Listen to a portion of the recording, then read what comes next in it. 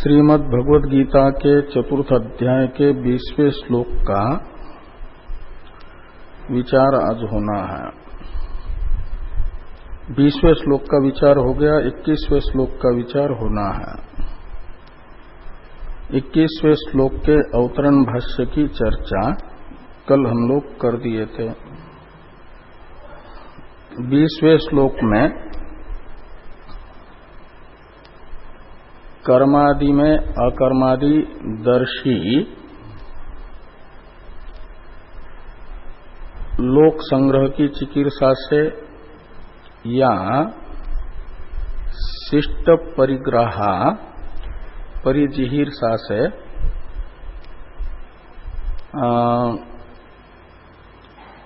कर्म में प्रवृत्त होता है तो भी वह कर्म बंधन का हेतु नहीं बनता, अकर्म ही होता है।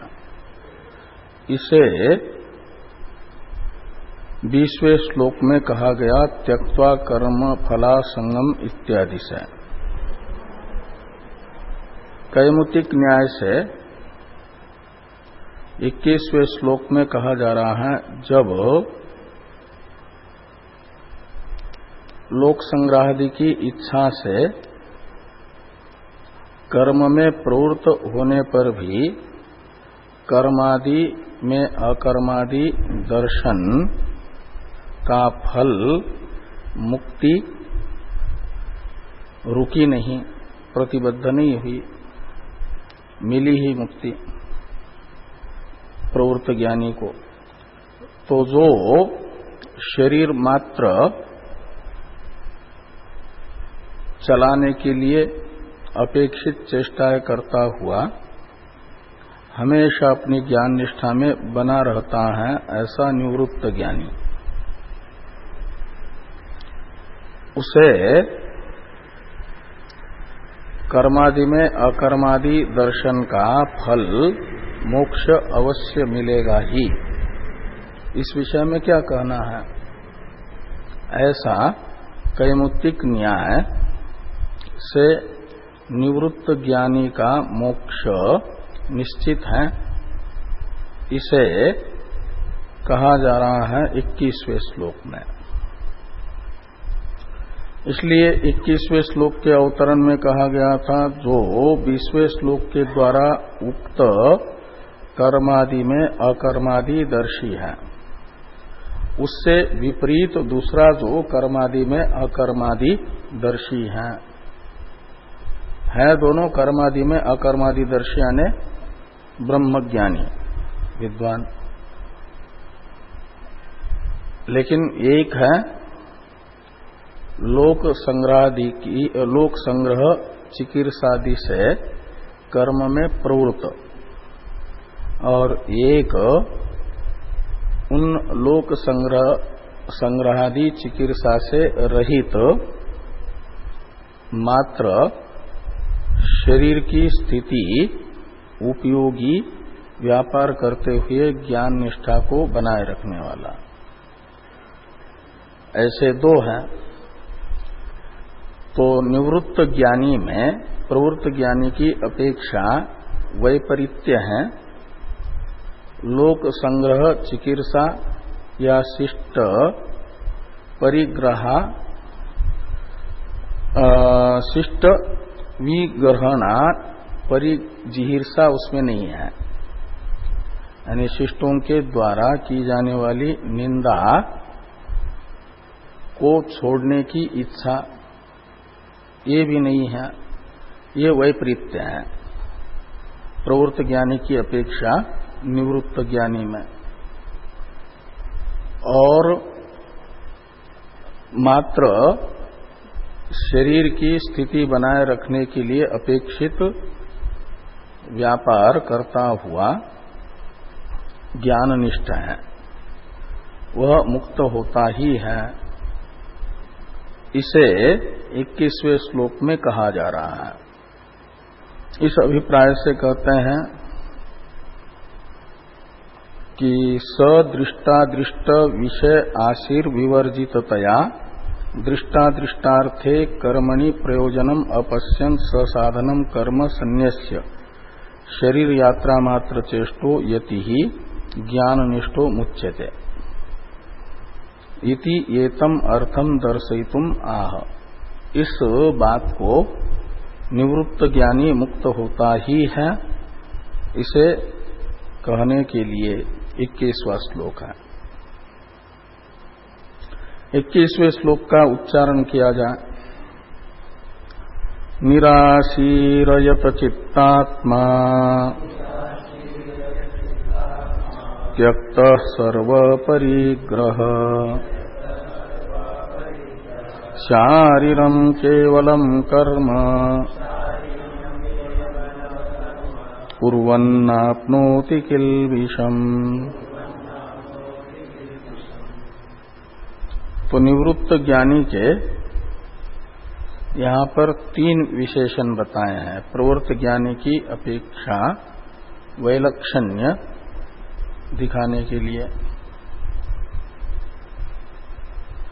पहला है निराशी। निराशी यानी निर्गता आशीषः यस्मात् स निराशी। आशी शब्द का अर्थ है विविध प्रकार की अभिलाषाएं, लोक संग्रह चिकीर्षा तथा शिष्ट विग्रहणा परिचिहीर्षा, ये भी एक आशी विशेष है। और ये आशी विशेष भी निवृत्त हो गई है जिनके अंतःकरण से, ये भी नहीं है। तो वो हो गया निराशी एक विशेषण। लोक संग्रह चिकीर्षादि जो ज्ञानोत्तर काल में भी कर्म में प्रवृत्त करती हैं, वो नहीं है। और यत चित्तात्मा है, यत यानी संयमित, और चित्त का अर्थ है अंतःकरण और आत्मा शब्द का अर्थ है कार्य, बाह्य इंद्रिया और शरीर, ये आत्मा से लेना। ये भी क्षर पुरुष है ना, क्षर सर्वाणी भूतानि, भूतानि कहते कार्यवर्गाणी, कार्यवर्ग को। तो आत्मा की उपाधि होने से इसे भी आत्मा कहा जाता है। जैसे पुरुष की उपाधि होने से क्षर और अक्षर इन दोनों को भी पुरुष कहा है। ऐसे यत चित्तात्मा में आत्मा शब्द का अर्थ है बाह्य इंद्रिया और शरीर का समूह, बाह्य कार्यकरण संघात, आत्मा शब्द से कहा जा रहा है। और चित्त शब्द से अंतःकरण को कहा जा रहा है। तो चित्त शब्दित अंतःकरण और आत्म शब्दित बाह्य कार्यकरण संघात दोनों का भी ठीक से संयम जिसके द्वारा किया गया है, दोनों अंतःकरण भी वशीभूत है और बाह्य कार्यक्रम संघात भी वशीभूत है, जिसका उसे कहा जाएगा यत चित्तात्मा। निराशी इसलिए है कि यत चित्तात्मा है, अंतःकरण को संयमित करके रखा हुआ, अपने वश में करके रखा है, कार्यक्रम संघात को अपने वश में करके रखा है। और इसमें भी हेतु है, इसीलिए अब जो कार्यक्रम संघात को अपने वश करके रखा हुआ है तो उसका त्यक्त सर्व परिग्रह, किसी भी स्थिति में कार्यक्रम संघात रह सकता है। इसलिए कार्यक्रम संघात के लिए ये सारी सुविधाएं हो तो ज्ञान निष्ठा बने।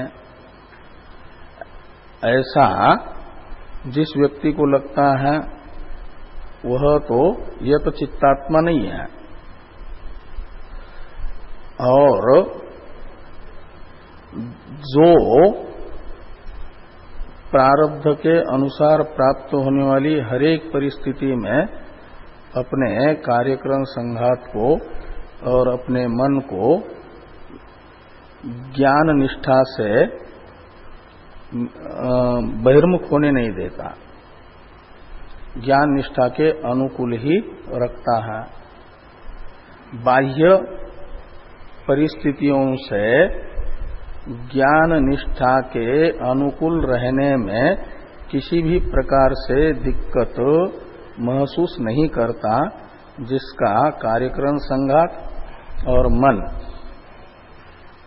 उसे तो कहा जाएगा यत चित्तात्मा। हरेक स्थिति में बाह्य परिस्थितियां कैसी भी हो अपनी ज्ञान निष्ठा बनाए रखता है, उसके अनुकूल ही शरीर इंद्रिय मन रहते हैं, ये तो चित्तात्मा है।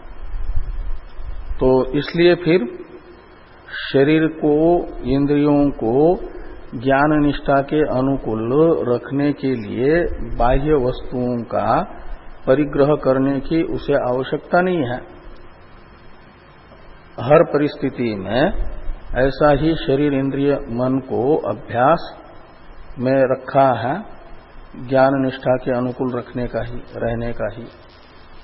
तो वह फिर परिग्रह की उपयोगिता नहीं देखेगा। तो उस दृष्टि से कहते हैं त्यक्त सर्व परिग्रह, जो यत चित्तात्मा है वह अपरिग्रही होता है, परिग्रह करने की उसे आवश्यकता नहीं है।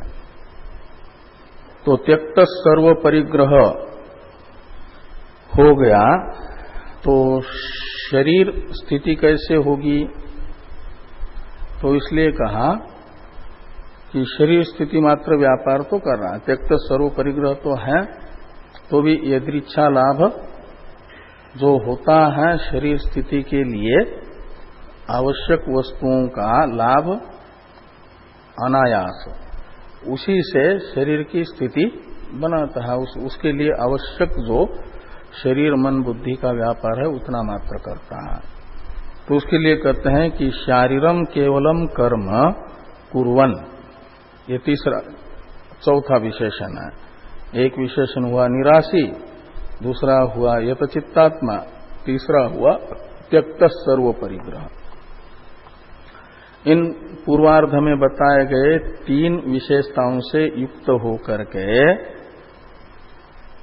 शारीरम का अर्थ है शरीर निर्वर्त्यम शारीरम, ऐसा एक शारीरम शब्द का अर्थ होता है, और एक शारीरम शब्द का अर्थ होता है शरीर स्थिति मात्र प्रयोजनम शारीरम। तो यहां पर सिद्धांत में शारीरम शब्द का अर्थ है शरीर स्थिति मात्र प्रयोजन है जिस कर्म का, वह कर्म शारीरम कर्म। एक तो शारीरम शब्द का अर्थ निकलता है शरीर निर्वर्त्य शारीर, और एक शारीरम शब्द का ही अर्थ निकलेगा शरीर की स्थिति मात्र जिसका प्रयोजन है वह शारीरम। ये कर्म का विशेषण है। कर्म कुर्वन् में जो कर्म है वो कर्म का विशेषण है शारीरम और केवलम। वो शारीरम का अर्थ है शरीर की स्थिति मात्र प्रयोजन है जिस कर्म का, ऐसा कर्म। वह शरीर निर्वर्त्य भी, इंद्रिय निर्वर्त्य भी, मन निर्वर्त्य भी, सभी कर्म लिए जाएंगे। लेकिन वे शरीर इंद्रिय मन निर्वर्त्य कर्म जिनका प्रयोजन वर्तमान शरीर की स्थिति मात्र है, ऐसे शरीर इंद्रिय मन निर्वर्त्य कर्म उसे कहा जाता है शारीरम कर्म। और वो जो शारीर कर्म है वो भी शरीर स्थिति मात्र प्रयोजन है जिस कर्म का, वह भी केवल कर्म होना चाहिए।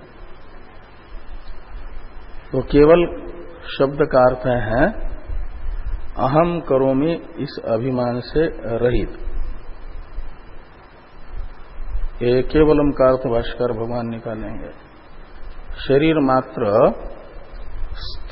शरीर स्थिति मात्र प्रयोजन है जिन कर्मों का ऐसे कर्मों में भी अभिमान रहित होकर के, निरभिमान होकर के जो कर्म कर रहा है उसे कहा जाता है शारीरम केवलम कर्म कुर्वन्, ऐसा कर्म करता हुआ।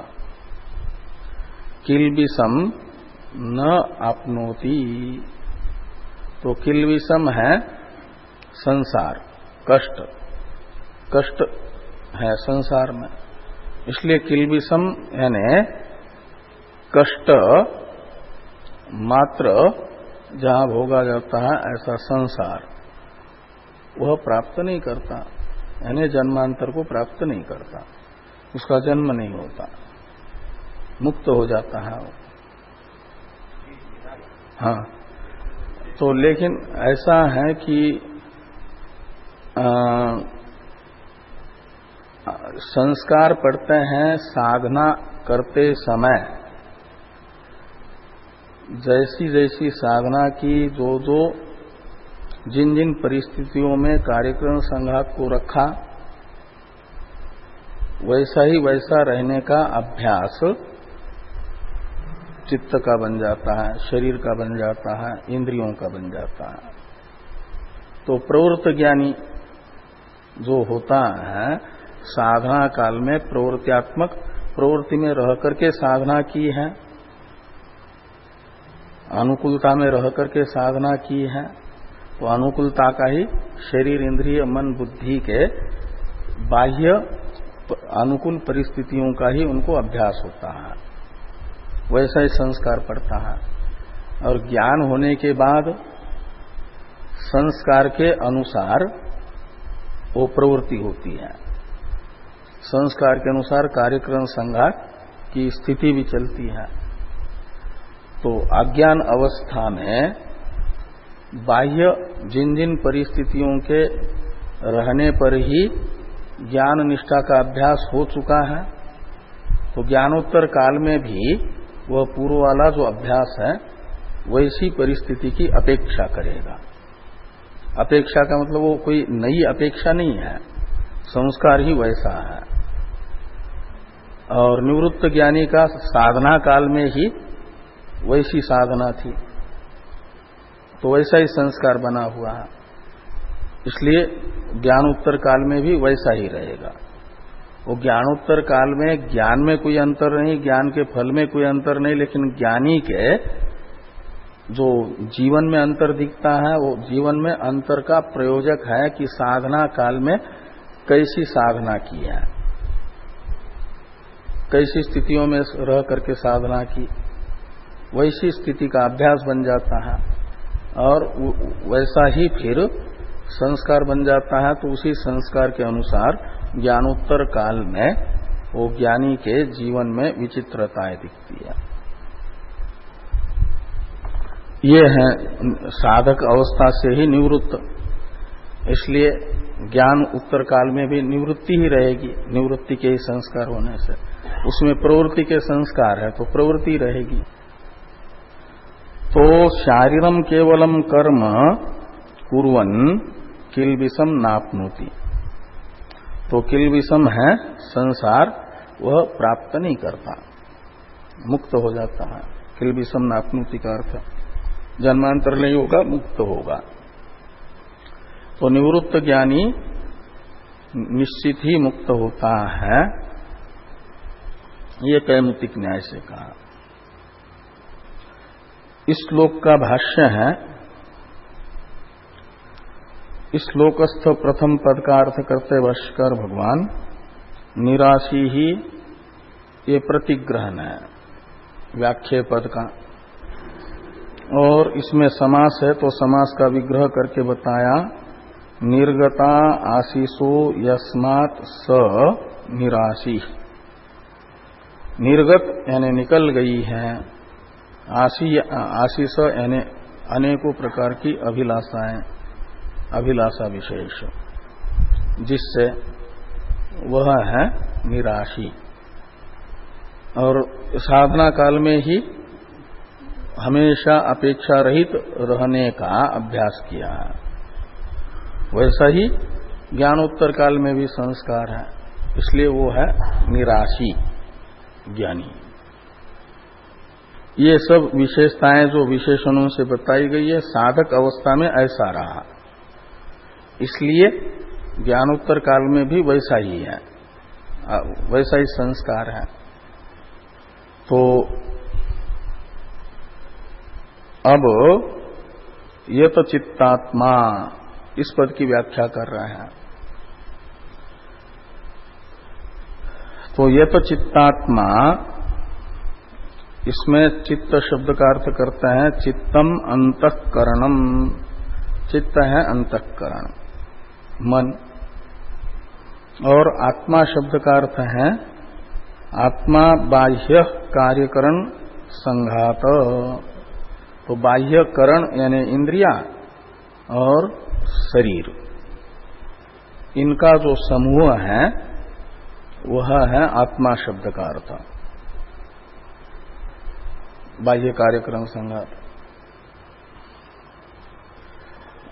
तो चित्त पदार्थ और आत्मा पदार्थ ज्ञात हुआ। अब यत शब्द के साथ इन दोनों का समास, पहले चित्त और आत्मा में द्वंद्व समास हुआ, चित्तंच आत्मा च इति चित्तात्मानौ, इतर इतर द्वंद्व समास है। और फिर यत शब्द के साथ बहुरी समास है, यतौ यानी संयतौ वशीकृतौ चित्तात्मानो येन, स यत चित्तात्मा, संयत कर लिए हैं, यानी अपने वशीभूत कर लिए हैं। अंतःकरण तथा बाह्य कार्यकरण संघात दोनों भी जिसके द्वारा,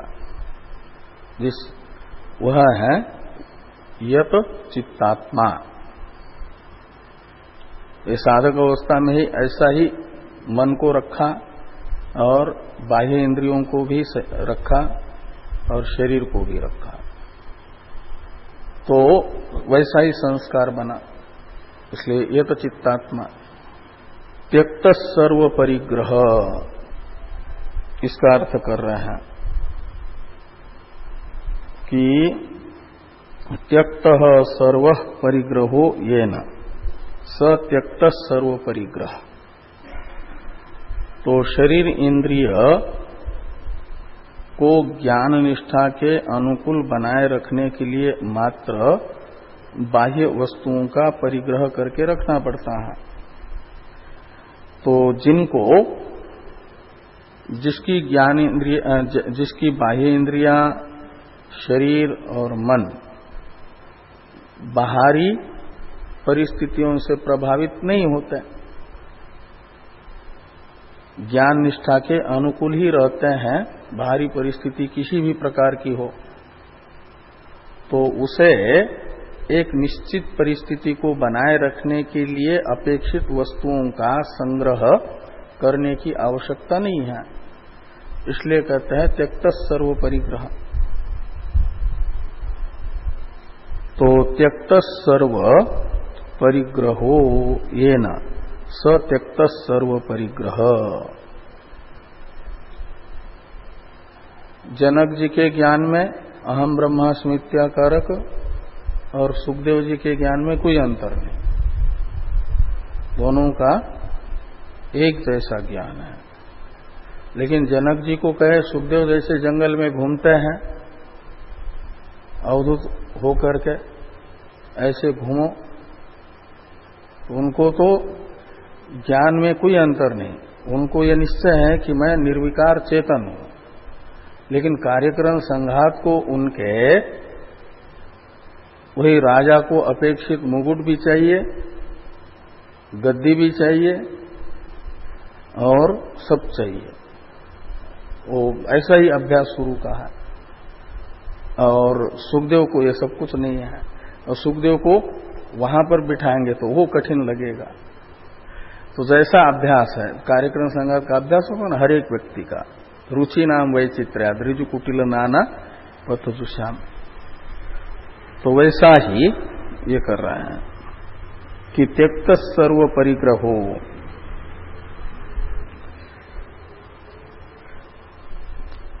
तो पूर्वार्ध की व्याख्या हो गई, शब्दार्थ बता दिया।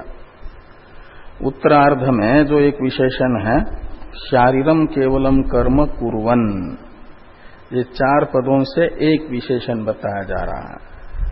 शरीर स्थिति मात्र प्रयोजन निरभिमान होकर के कर्म किया जा रहा है, अभिमान रहित होकर के किया जाने वाला कर्म, वो है शारीरम केवलम कर्म, ऐसा कर्म करता हुआ एक विशेषण है।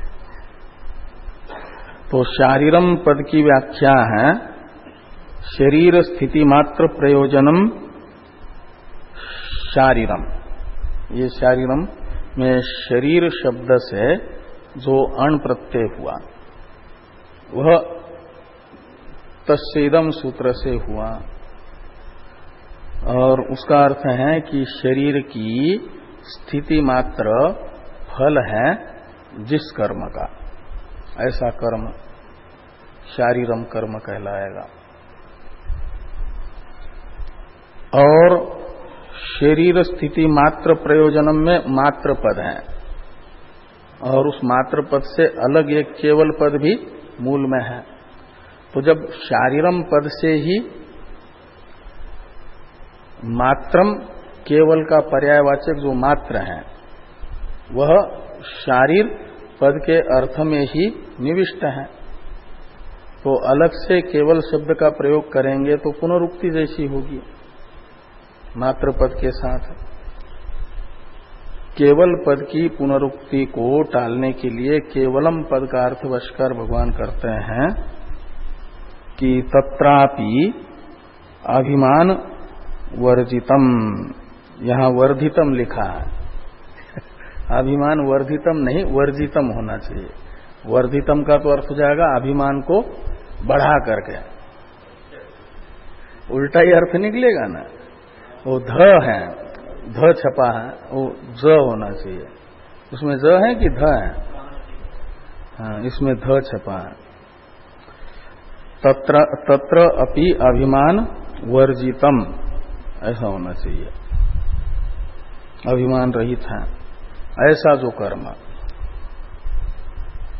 उस कर्म को कुर्वन् करता हुआ भी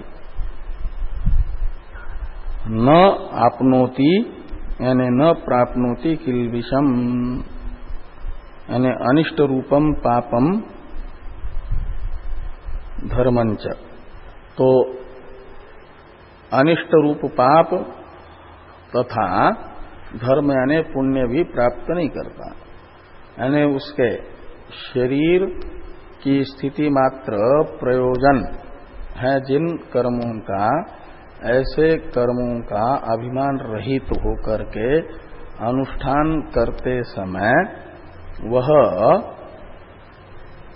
शरीर इंद्रिय मन का व्यापार रूप जो कर्म हो रहा है शरीर स्थिति मात्र फल वाला, उससे पुण्यात्मक या पापात्मक अपूर्व से संपन्न नहीं होता, और अपूर्व ही नहीं बनेगा उससे तो फिर जन्म भी नहीं होगा, संसार भी नहीं होगा। यानी अलेप, उस ज्ञानोत्तरकालीन कर्म का अलेप बताया जा रहा है। तो अलेप हुआ और संचित कर्म तो ज्ञान काल में ही दग्ध हुआ, और ज्ञानोत्तरकालीन कर्म से अपूर्व नहीं बना, तो फिर जन्मांतर का निमित्त न होने से प्रारब्ध का भोग करके क्षय होने पर मुक्त हो जाएगा। इस अभिप्राय से कहते हैं कि किल्बिषम यानी पापम धर्मंच न प्राप्नोति, ऐसे पूर्व के सर्वन में होगा। कहते धर्म तो ज्ञान का विरोधी नहीं होना चाहिए, इसलिए धर्म यानी पुण्य तो लगना चाहिए उसे। तो कहते हैं मोक्ष प्राप्ति में सकाम पुण्य भी बाधक है। इसलिए कहते धर्म अपि मुमुक्षो किल्बिषम एव। क्यों? तो बंधापादकत्वात्। तो जो धर्म है जन्मांतर दिलाने वाला, वह भी एक प्रकार से मोक्ष में बाधक होने से किल्बिष के तरह किल्बिष ही है। जन्मांतर का प्रयोजक पुण्य वह भी नहीं होता उसे। बंध आपादकत्वात् यानी जन्मांतर आरंभकत्वात्, जन्मांतर का प्रापक है वो, इसलिए किल्बिष के तरह किल्बिष है, पाप के तरह धर्म भी। अब इस प्रकार ये 21वें श्लोक का शब्दार्थ बता दिया गया भाष्य में।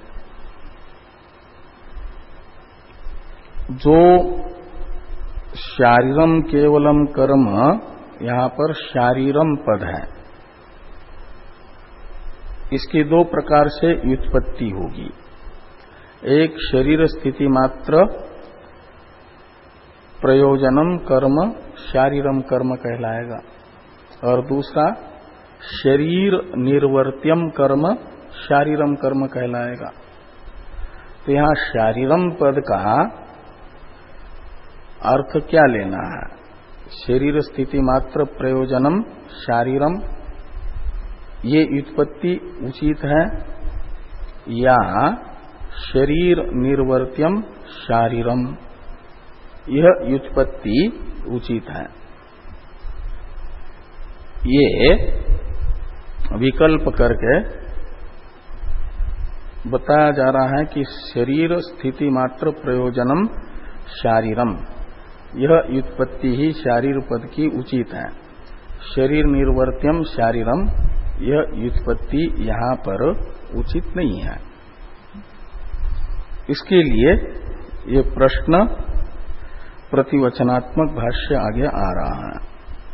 किंच शारीरम केवलम कर्म इत्यत्र किम शरीर निर्वर्त्यम शारीरम कर्म अभिप्रेतम आहोस्वित शरीर स्थिति मात्र प्रयोजनम शारीरम कर्म इति। ये संशय हुआ। तो शारीरम इस पद का व्युत्पादन विग्रह शरीर निर्वर्त्यम शारीरम ऐसा करना है, या शरीर स्थिति मात्र प्रयोजनम शारीरम ऐसा करना है? दो विग्रहों में से कौन सा विग्रह उचित है, ये पूछा। शरीर निर्वर्त्यम शारीरम ऐसा विग्रह करते हैं तो अर्थ निकलेगा शरीर से संपन्न होने वाला कर्म, और केवल शब्द व्यावर्तक हो जाएगा मन और वाणी से निर्वर्त्य कर्म का, शरीर मात्र निर्वर्त्य कर्म, ये अर्थ निकलेगा। और शरीर स्थिति मात्र प्रयोजनम कर्म शारीरम कर्म ऐसी उत्पत्ति करते हैं, तो शारीरम कर्म का अर्थ निकलेगा जिससे शरीर की स्थिति होती है, ऐसा शरीर निर्वर्त्य कर्म भी, इंद्रिय निर्वर्त्य कर्म भी और मन निर्वर्त्य कर्म भी, तीनों से वांग मन निर्वर्त्य कर्म का व्यावर्तन नहीं होगा,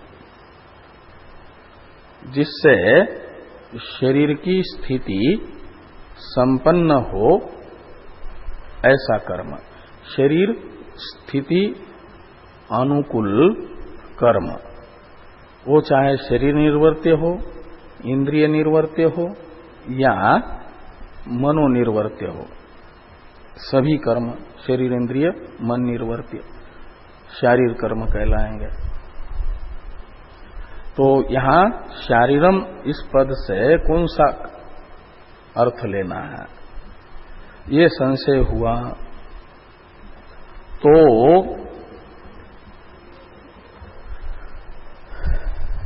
यहां पूछा जा रहा है कि ये दो विकल्प हैं यदि, तो कौन से पक्ष में कौन सा दोष है और कौन सा पक्ष निर्दोष है। प्रयोजन उद्देश्य विशेष का संपादक है, निर्दोष है। किंच अतः यदि शरीर निर्वर्त्यम शारीरम कर्म यदि वा शरीर स्थिति मात्र प्रयोजनम शारीरम इति। तो ये कह रहे हैं कि किंच अतः यानी आभ्याम पक्षाभ्याम किम का अर्थ है कौ गुण दोषो। इस पक्ष में इन दो पक्षों में से कौन पक्ष गुणमान है और कौन पक्ष कौन से दोष से युक्त है, क्या दोष है। यदि, और वही दो पक्षों को पूछा जा रहा है, यदि शरीर निर्वर्त्यम शारीरम कर्म ऐसा ये पक्ष रखते हैं, शारीरम पद का ये अर्थ लेते हैं शरीर निर्वर्त्य शारीर ऐसा, तो इस पक्ष में क्या दोष आएगा। और यदि वहां शरीर स्थिति मात्र प्रयोजनम शारीरम ये पक्ष रखते हैं, तो इस पक्ष में कौन सा गुण है। ये किंचातः ये सूत्रात्मक वाक्य का विवरण है, प्रश्नात्मक है। ये पूछा गया गुण दोष को जानने की इच्छा से। उच्यते इत्यादि से इन दो पक्षों में से एक पक्ष को सदोष और एक पक्ष को निर्दोष बताया जा रहा है। उसमें से शरीर निर्वर्त्यम शारीरम यह पक्ष सदोष है, दोषयुक्त है, ये कहा जा रहा है। हाँ, उच्चते ने इस प्रश्न का उत्तर दिया जाता है सिद्धांति के द्वारा कि कौन सा पक्ष सदोष है, कौन सा पक्ष निर्दोष है, इसे बताते हैं। तो कहते यदा शरीर निर्वर्त्यम कर्म शारीरम अभिप्रेतम स्यात्, कहते ये प्रथम पक्ष यदि अभिप्रेत मानेंगे, शरीर निर्वर्त्यम कर्म शारीरम कर्म, तो अर्थ निकलेगा शरीर निर्वर्त्य कर्म करते हुए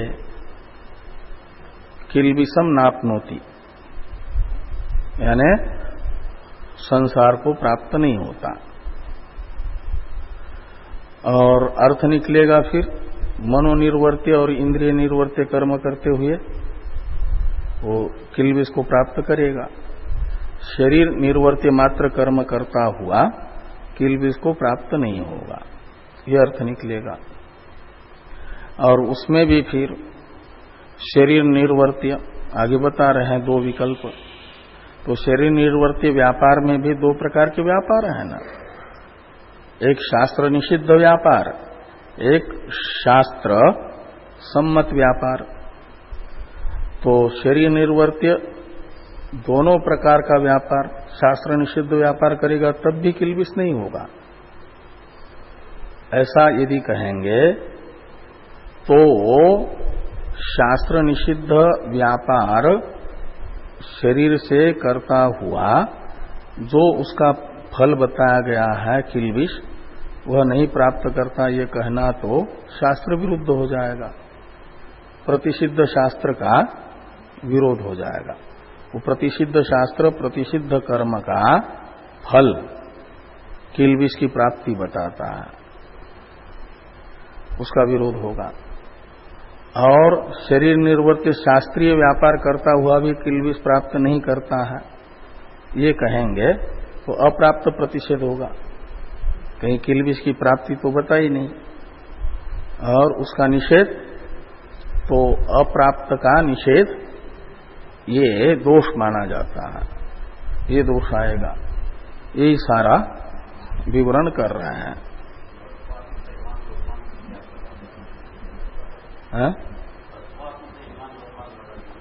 हाँ, वो ज्ञान की स्तुति कर रहे हैं। वो ज्ञानी मारता है ऐसा नहीं, यदि मार भी ले सभी लोगों को तब भी वह दोष को प्राप्त नहीं होता, ये कह रहे हैं। हाँ, तो इसको पढ़िए फिर ये होगा, स्पष्ट होगा।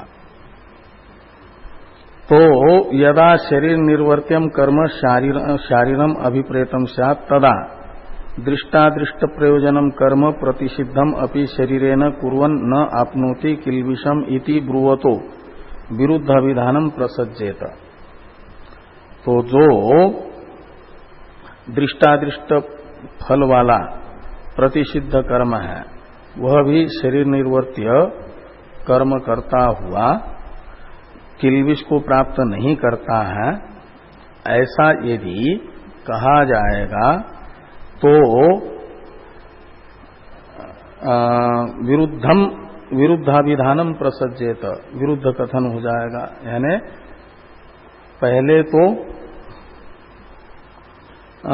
शास्त्र जो है मां हिंसा सर्वभूतानि इत्यादि में हिंसादि का फल बता रहा है, क्या अनिष्ट जो निषिद्ध कर्म है शास्त्र क्या नाम शरीर से होने वाला, और वह करेगा तो उसका किल्बिष की प्राप्ति रूपी फल बता रहा है, और उस शास्त्र का विरोध उपस्थित हो जाएगा। एक प्रसंग आएगा ये। और दूसरा, शास्त्रीयंच कर्म दृष्टादृष्ट प्रयोजनम शरीरेण कुर्वन् न आपनोति किल्बिषम इति अपि ब्रुवतः, अप्राप्त प्रतिषेध प्रसंग होगा। तो ये दोष शरीर निर्वर्त्यम कर्म शारीरम कर्म, ये व्युत्पत्ति शारीर पद की करते हैं, तो इस पक्ष में ये दोष आएगा। और दूसरा, इसी पक्ष में दोष बताया जा रहा है केवलम पद का प्रयोग होने से। वह केवलम क्या करेगा फिर?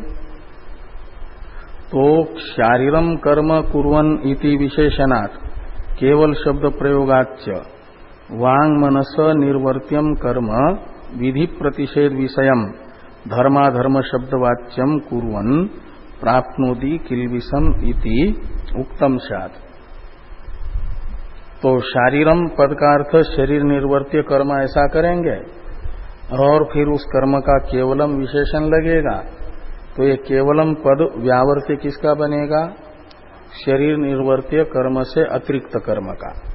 तो शरीर निर्वर्त्य कर्म से अतिरिक्त कर्म हो जाएगा वाक मन से निर्वर्त्य कर्म, और वो जो वाक मन निर्वर्त्य कर्म है वह करेगा तो किल्बिष प्राप्त हो जाएगा, ये अर्थ निकलेगा।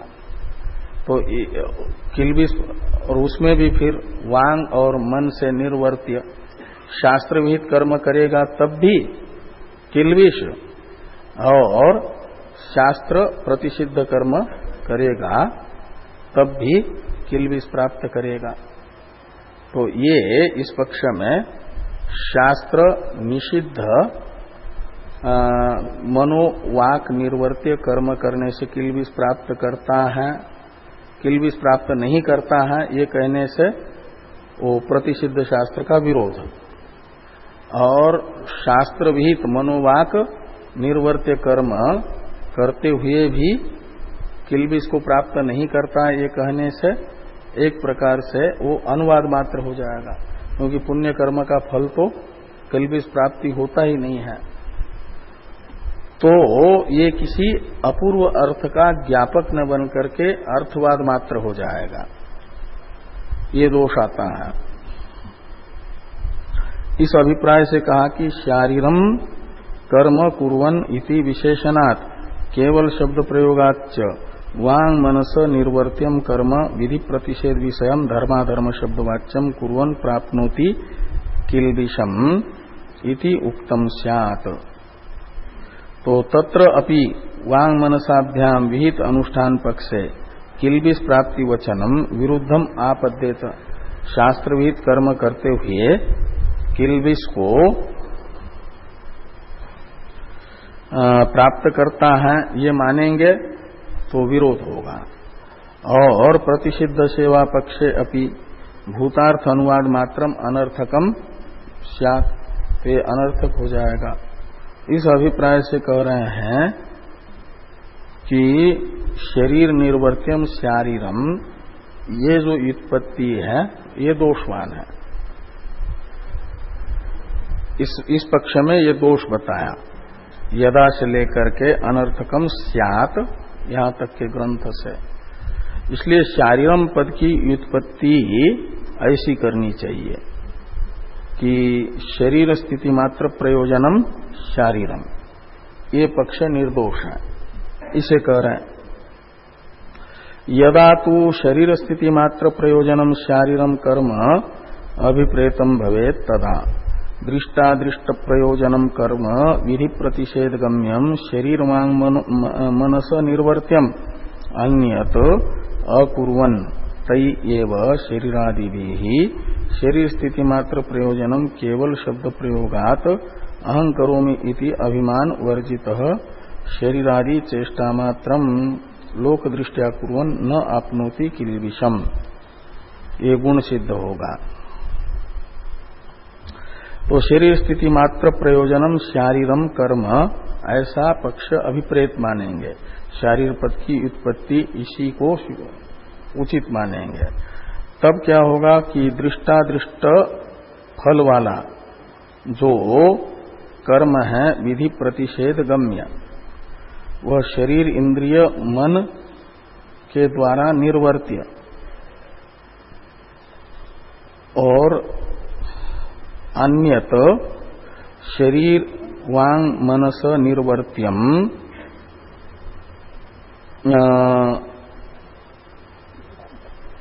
कुर्वन, ऐसा लगाना, ये तो करेगा।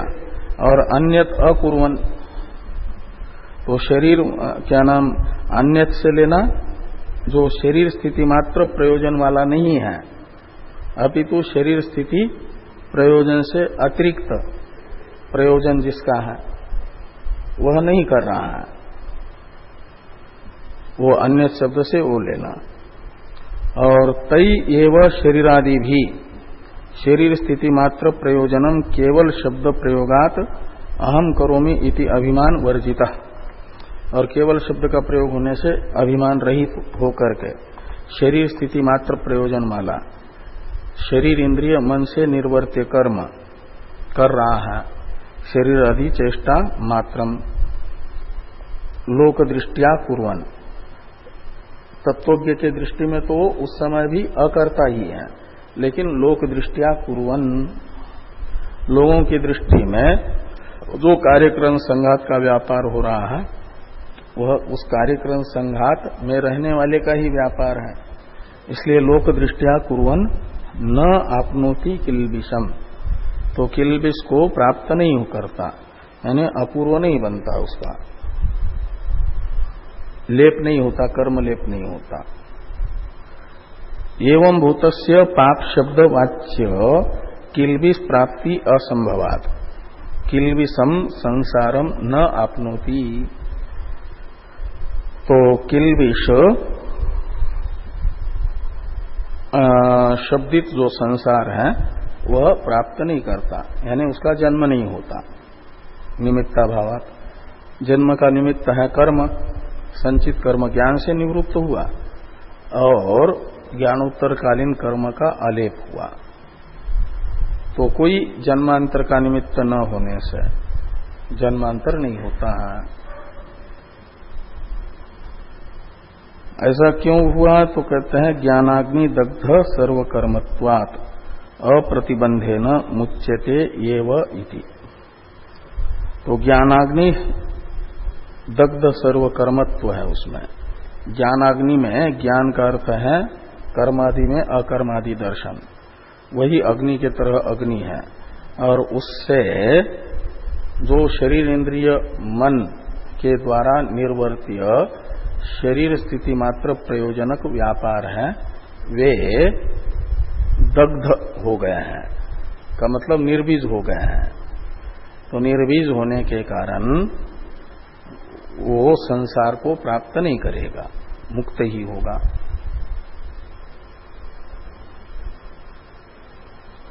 तो पूर्वोक्त सम्यक दर्शन फलानुवाद एव एषः, तो जो पहले सम्यक ज्ञान का फल बताया मुक्ति, वही यस ज्ञात्वा मोक्ष से शुभात, अशुभ यही किल्बिष है संसार। और वो कर्मादि में अकर्मादि दर्शन से अशुभ शब्दित किल्बिष से मुक्ति बताई गई फल, उसी का ये अनुवाद है। कोई नया फल बताया जा रहा है कर्मादि में अकर्मादि दर्शन का, ऐसा नहीं। तो अप्रतिबंधेन मुच्यते एव इति पूर्वोक्त सम्यक दर्शन फलानुवाद एव एषः एवं शारीरम केवलम कर्म इति अस्य अर्थ परिग्रहे निर्वध्यम भवति। तो शारीरम केवलम कर्म में शारीरम पद की व्युत्पत्ति शरीर स्थिति मात्र प्रयोजनम शारीरम ऐसी करने से निर्वध्यम यानी दोष रहित वाक्यार्थ निकल आता है। 22वें श्लोक की चर्चा हम लोग कल करेंगे।